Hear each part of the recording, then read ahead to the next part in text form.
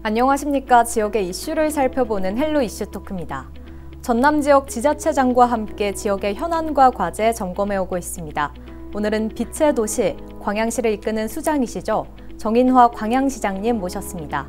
시민 중심의 열린 행정의 중심을 두고 감동시대 따뜻한 광양을 만들고 계신데요. 바로 인사 나눠봅니다. 안녕하십니까. 안녕하십니까. 네, 벌써 민선 8기 취임하고 1년이 넘었습니다. 네. 취임 1주년 기념 인사에서 지난 시간 정말 바쁘게 보냈다는 말씀이 생각이 나는데 네. 그간 어떻게 보내셨을까요? 네, 취임하자마자 정말 숨가쁘게 일을 처리했고 또 정신없이 달려온 1년이었다고 생각을 합니다. 우선에 이제 제가 공약했던 사항들 실천 계획 수립하고 네. 주민들 만나 뵙고 그리고 또 이제 행사 참석하고 이런 일련의 일들을 추진하면서 정말 바쁘게 살았다고 생각을 합니다. 네, 그렇다면 1년의 시간을 되돌아봤을 때 가장 큰 성과 한 가지와 또 아쉬운 점 한 가지를 꼽으신다면 어떤 게 있을까요? 제가 취임사에서 밝혔던 약속사항 7가지가 있었습니다. 네. 그중 첫 번째가 제가 앞으로 신산업과 관광산업을 활성화하겠다 하고 약속을 했습니다. 제가 좀 1년 동안 그래도 조금 성과를 많이 봤다 하는 걸 꼽는다면 2차 전지 소재 산업 아닐까 이런 생각을 합니다. 그리고 가장 아쉬웠던 것은 네. 제가 공약에서 제시했던 게 우리 시민들이 원했던 광양 세무서 신설이었습니다. 근데 정부 방침 때문에 전국에 세무서 신설을 원하는 도시들이 많았지만 네. 어느 한 곳도 세무서 신설이 되지 않고 넘어갔습니다. 내년에도 마찬가지입니다. 정부가 인력 축소를 이렇게 강하게 지향을 하다 보니까 그게 사실은 불발이 된 거죠. 그렇지만 결코 포기하지 않고 계속해서 정부를 설득해 나가도록 하겠습니다. 기어코 세무서도 신설하도록 노력하겠습니다. 네, 앞서서 시장님께서 성과로 언급을 해주셨는데 민선 8기에 들어서 광양시에는 신산업에 집중하는 모습 볼 수 있습니다. 최근 광양시에 관련 기업들을 다수 유치했던데요. 네. 어떤 기업들이 들어왔는지 설명해 주시죠. 우선 이제 2차 전지 소재 산업이 2차 전지, 그러니까 배터리를 만들기 위한 소재들을 생산하는 이제 그런 기업들이 많이 들어와 있거든요. 우선에 이제 포스코 퓨처엠이라는 회사가 있습니다. 포스코 퓨처엠이 그동안에 세계 최대의 양극재 공장을 만들었습니다. 그리고 또 추가로 또 이제 그 한라 IMS 부지가 있거든요. 율촌 산단에. 거기에 또 추가로 이제 투자를 하겠다고 이제 저희들하고 약속을 했고요. 그 다음에 이제 또 포스코 필바라 리튬 솔루션이라는 회사가 있습니다. 근데 포스코하고 오스트레일리아 이제 필바라 회사하고 이렇게 합작 회사인데 거기서 이제 수산화 리튬을 생산하기 위해서 이번에 착공해가지고 좀 한참 진행 중이거든요. 한 5천억 이상 투자를 합니다. 그 다음에 이제 또 포스코 리튬 솔루션이라는 또 회사가 만들어져 있습니다. 네. 거기에서 또 리튬을 생산하기 위한 공장을 또 지금 착공을 준비를 하고 있고요.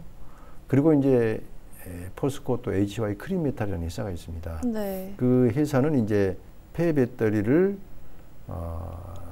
통해서 재생을 합니다. 재생 필요한 니켈이나 리튬이나 이런 희귀 금속을 그것이 추출합니다. 그래서 이제 그런 회사들을 지금 유치를 하고 있고요. 그다음에 이제 일반 또 CIS 케미칼이라는 회사가 있는데 거기는 전구체, 그것도 역시 소재거든요. 2차 전지 소재인데 그게 이제 또 400억에서 600억 정도 투자를 할 계획으로 지금 세풍산단에 준비를 좀 하고 있습니다. 그게 이제 이런 회사들이 이제 쭉 있는 가운데 조금 전에 제가 말씀드렸던 그 재생 공장 있지 않습니까? 2차 전지 재생 공장. 앞으로는 그게 굉장히 또 중요하게 작용을 할 겁니다. 왜냐하면 폐 배터리에서 나오는 그 소재 부품, 물품, 금속 이런 것들이 이제 앞으로는 80%까지 네. 배터리 생산량의 소재의 80%까지를 이제 충당을 하기 때문에 매우 중요한 그런 공장이 될 건데 1차 공장이 준공이 됐고 이제 2차, 3차 계속해서 투자할 것으로 그렇게 보고 있습니다. 말씀을 듣자니 광양하면 오랫동안 철강, 항만 산업으로 주목을 받았는데요. 이제는 산업의 패러다임이 많이 변화했다는 생각이 듭니다. 2차 전지 외에도 수소 산업에 대해서 좀 더 구체적으로 이야기 들어보고 싶습니다. 네. 수소 산업은 저희들이 또 이제 제가 또 공약에다가 또 그걸 제시를 했었어요. 네. 근데 지금 이제 노력을 저희들이 막 해가지고 저희가 광양이 국토교통부로부터 수소도시로 지정을 받았습니다. 네. 수소도시 내용은 일단 이제 19km에 이르는 수소 배관망을 만들고 그 다음에 이제 실제로 실생활에 써야 그 수소도시 아니겠습니까? 그래서 이제 저희들이 만들고 있는 이제 청년 행복주택이나 저희들이 이미 운영하고 있는 성황 그 수영장 이런 데 이제 수소 연료 전지를 사용할 수 있도록 했고요. 그 다음에 이제 또 시내버스나 청소차 이런 많은 힘이 필요한 이런 수송 분야에 또 저희들이 이제 수소 에너지를 사용을 할 겁니다. 그 다음에 이제 광양항에 또 수소를 이용해서 드론도 띄우고 하겠다는 계획을 지금 저희들이 가지고 있고요.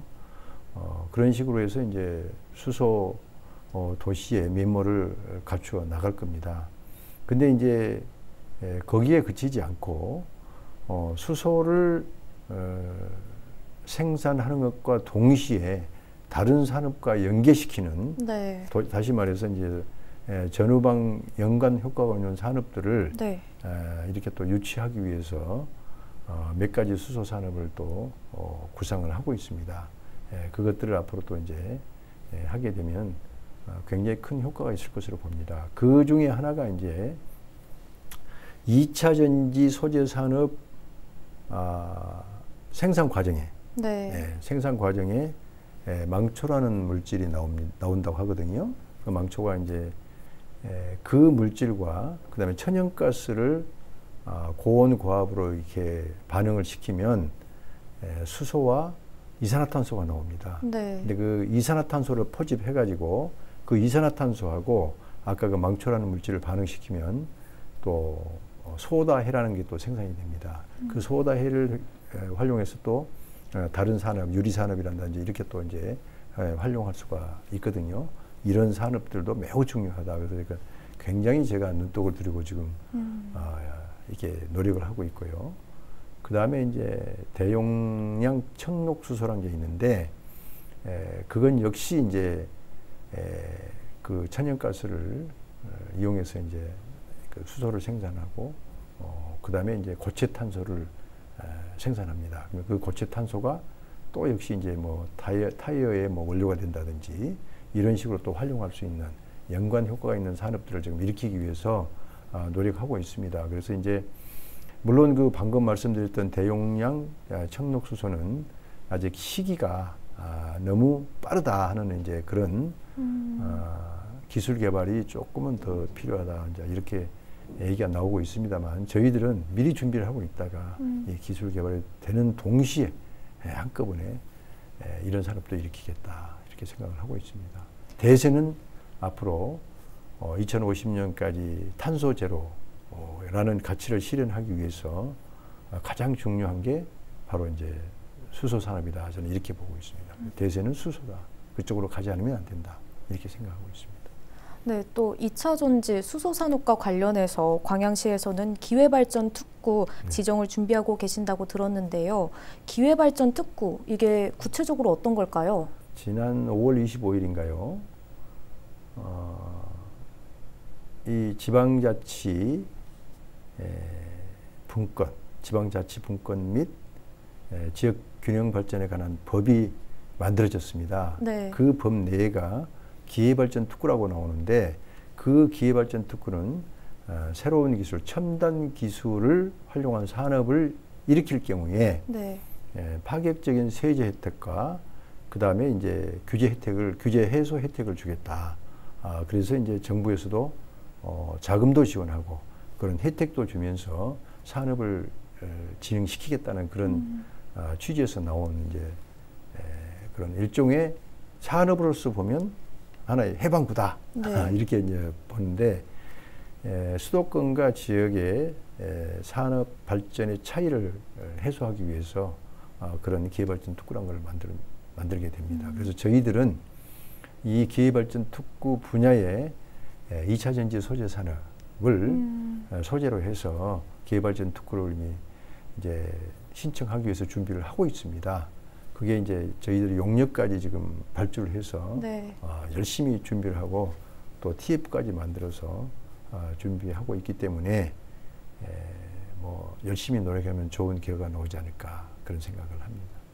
네, 2차 전지와 수소 산업 기업이 유치가 되면서 관련 인력을 양성하는 것도 중요해졌는데요.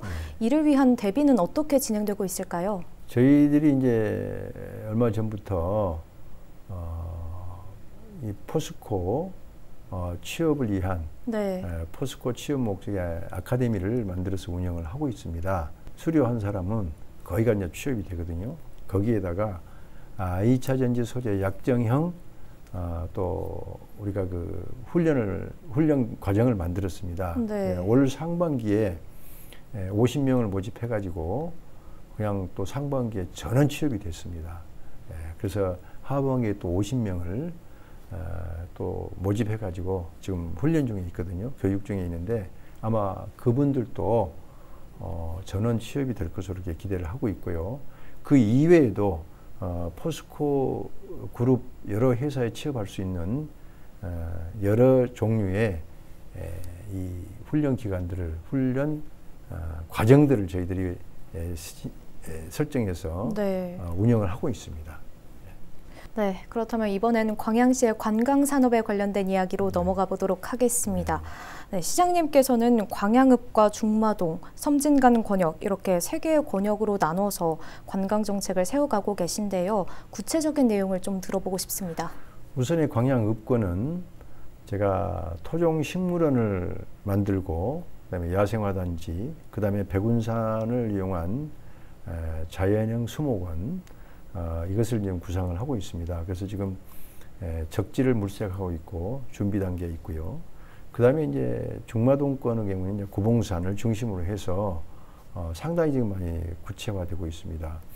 관광 단지를 만들기로 돼 있고요. 그 어린이 테마파크 그것도 준비를 하고 있습니다. 그 다음에 이제 구봉산 정상에다가 포스코에서 저희들에게 기증하기로 한 철구조물, 체험형 철구조물을 세울 겁니다. 그 다음에 이제 구봉산에서 봉화산까지 네. 세계 최장의 출렁다리를 만들 겁니다. 그리고 이제 구봉산 정상에서 어린이 테마파크까지 내려오는 그 길에 저희들이 이제 그 청룡열차형 요즘 루찌라는 게 있습니다. 루찌를 만들어서 스릴을 만끽하면서 내려올 수 있도록 그런 식으로 이제 준비를 하고 있고요. 섬진강권에는 캠핑 메카를 저희들이 조성을 합니다. 그리고 또 이제 그 헬스센터가 있지 않습니까? 네. 네, 그거 만들고 또 이제 오늘 또 나온 얘기인데 인공 해변을 만들어 볼 생각도 있고요. 그다음에 이제 그 우리 윤동주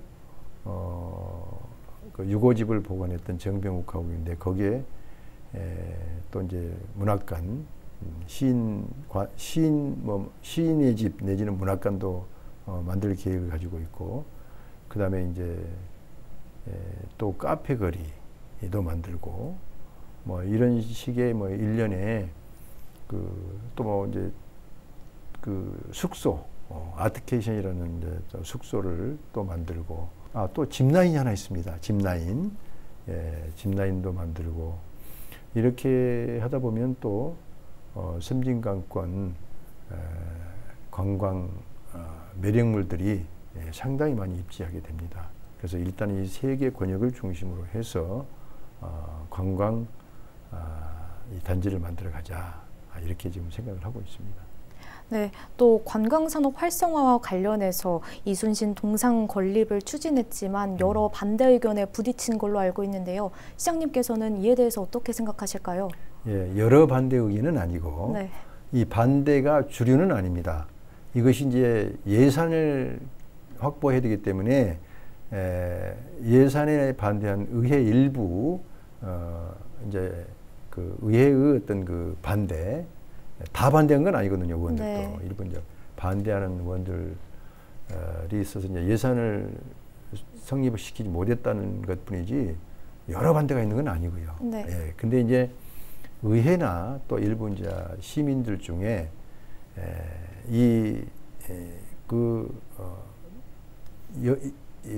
이순신 장군 컨셉에 대해서 이순신과 광양이 무슨 관계가 있느냐 이런 얘기들을 하고 또 일부 오해가 있습니다. 예를 들면 그냥 이순신 장군 철동상 하니까 철로 그냥 시커먼 동상 하나 크게 만드는 걸로 그렇게만 생각하거든요. 네. 근데 그게 아니고 안에 예를 들어 컨셉이 들어간다는 거거든요. 크게 만들기 때문에 건물 형태로 만드니까. 네.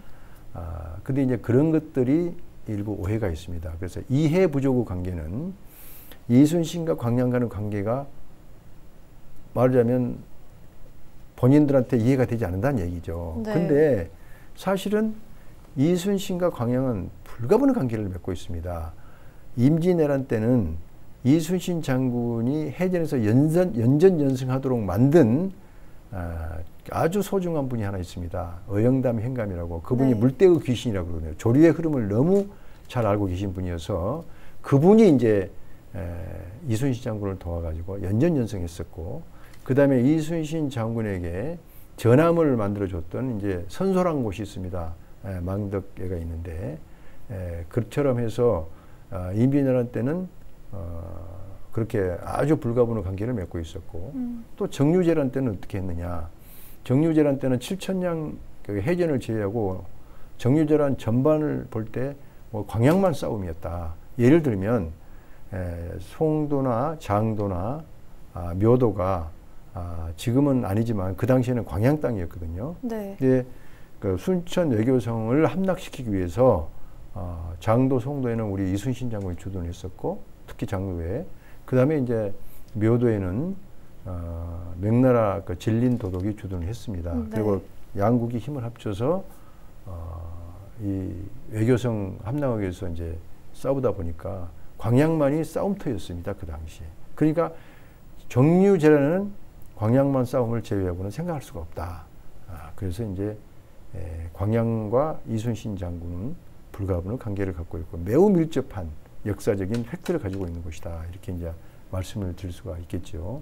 그리고 이제 또 아까 말씀드렸던 어떻게 보면 랜드마크형 동상, 그러니까 네. 이순신 장군의 모양을 형상화한 랜드마크라고 생각하시면 됩니다. 근데 그거의 전부가 아니고 그 안에 컨텐츠를 집어넣겠다는 거죠. 이순신 장군 전승기념관을 집어넣는다든지 아니면 뭐 전시실을 넣는다든지 음악당을 넣는다든지 또 뭐 기타 필요한 여러 가지 시설들, 카페도 집어넣을 수 있고 여러 가지 컨텐츠들을 집어넣어서 사람들로 하여금 와서 즐기고 갈 수 있게 또 의미 있는 어떤 공간을 만들 수 있도록 하겠다는 그런 것들을 이제 서두르지 않고 조금씩 시민들을 상대로 이렇게 확산시켜 나가겠다 말씀을 드립니다.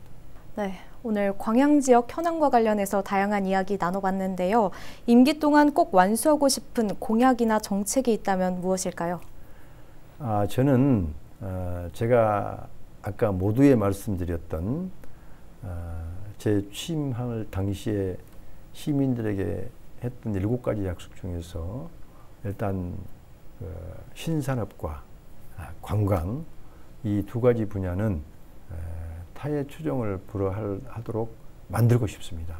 꼭 그렇게 할 수 있도록 준비를 하고 있고 또 제 의지가 너무 확고하다는 거 이걸 말씀드리겠습니다. 네, 시장님 오늘 말씀 잘 들었습니다. 감사합니다. 감사합니다. 앞으로도 시민들과 긴밀하게 소통하면서 빛의 도시라는 광양의 그 이름 의미 그대로 반짝이는 도시 광양시를 만들어주셨으면 좋겠습니다. 오늘 헬로 이슈 토크는 여기서 마치겠습니다. 함께해 주신 여러분 고맙습니다.